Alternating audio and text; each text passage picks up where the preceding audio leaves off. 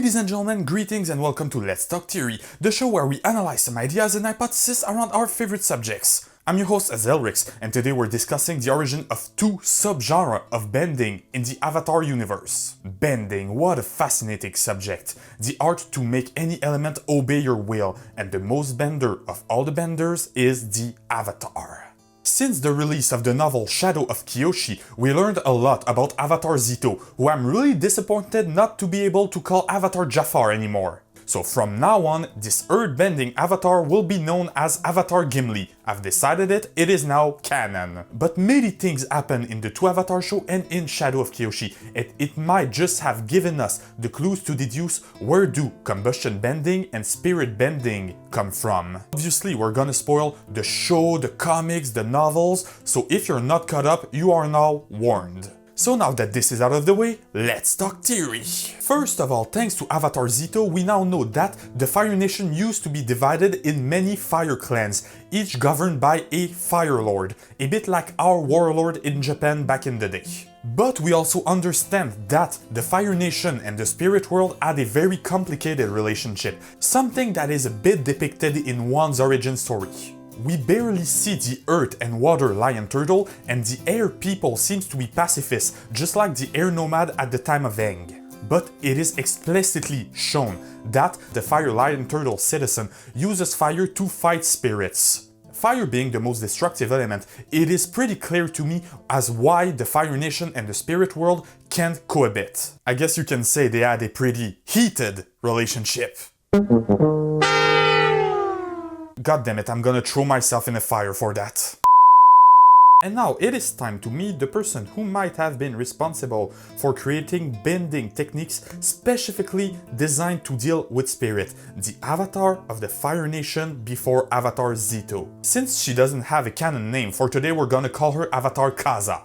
Since at the time the spirit world and the Fire Nation were in a pretty brutal war, it is obvious that the Fire Lords of the time would have tried to contain the spirit or to destroy them in any way possible. And wouldn't you know it, Avatar Kaza wore a royal fire emblem on her head. Granted, it could have been a gift from a Fire Lord friend, but come on, what are the odds of it happening twice? Being the Avatar, she already would have been pretty powerful, but being a member of the royal family, which has the reputation of creating powerful offspring like Ozai, Azula, Zuko, Aro, or Sozin, we can see that if anybody is qualified to create such powerful bending techniques, it is her. Power levels aside, she can bend all four elements, so creating some genre of bending of fire bending and water bending would be in a range of possibility. She would have had a good reason to do it, protecting her people, and she would have the physical capability of doing so being the avatar. But does it make sense? Combustion benders can create explosions with their mind, and although it is never said out loud, I think that it is pretty obvious that combustion benders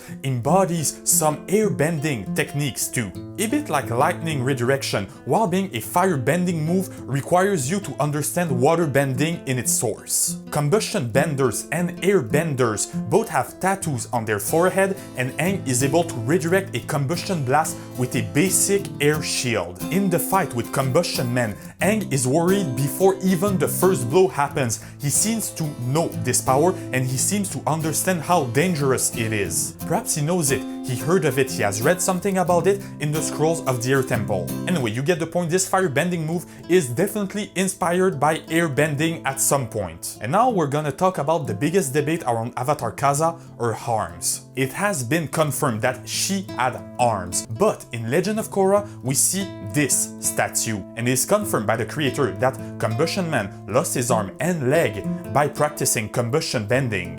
What are the odds for both arms of the statue to break at the same place with that much precision? This statue was either altered later or was carved without harm. And many people think this is a statue of Avatar 1, but it doesn't make sense. We've never heard of One before his episode, and most people, Korra included, don't seem to know who One is. So what are the odds that someone has actually carved a wood statue of him? And if they did, why no arms? We see him dying and he has four limbs very well attached to his body. I think this statue represents Avatar Kaza, having lost her arms after fighting some spirit with her newly found ability, combustion bending. bending without arms is something we've seen in the show, and even though she is depicted with arms, she might have lost them at some point. Sure, even in her avatar spirit form, she does have arms, but it might be a representation of her before she lost them. For example, Aang died at 66, but in this form he's represented as he was when he was 44. What defines the avatar's spirit appearance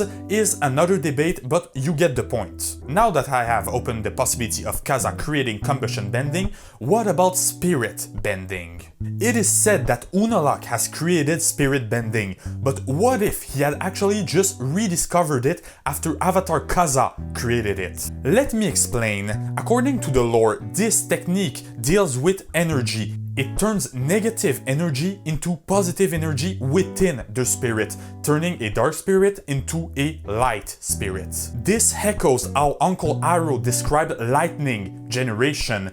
Positive energy and negative energy flowing through the bender's body and coming clashing back together to create a lightning bolt. The process might be different, but the basics stays the same.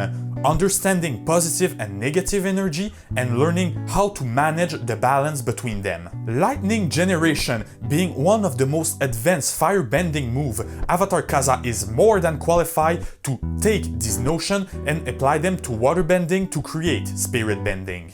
But one detail that struck me is the statue. Look at how the water turning around the spirit mimics the movement of lava surrounding the avatar here. Here's how I think the timeline actually played up. Kaza, being both the Fire Lord and the Avatar, she had to protect her people against the spirit invasion. She then took advantage of her training with the air nomads to create combustion bending. Eventually, she had to blow herself up and she lost both her arm. She then had to learn how to bend with her hips, shoulders and feet. Understanding that the Avatar is supposed to be the bridge between the spirits and the human, she developed a technique that is meant to calm the spirit rather than to harm them. Centuries later, UNTOLD discovered the technique and probably perfected it through the teaching of waterbending masters and following the footsteps of the Avatar. Meanwhile, combustion bending grew in power and was later used as a main weapon for a few selected firebender, like Combustion Man, who really needs a proper name someday, and Flea from the Red Lotus. This means that through her journey, Korra would have faced not one, not two, but three representations of one of her past lives protecting the world.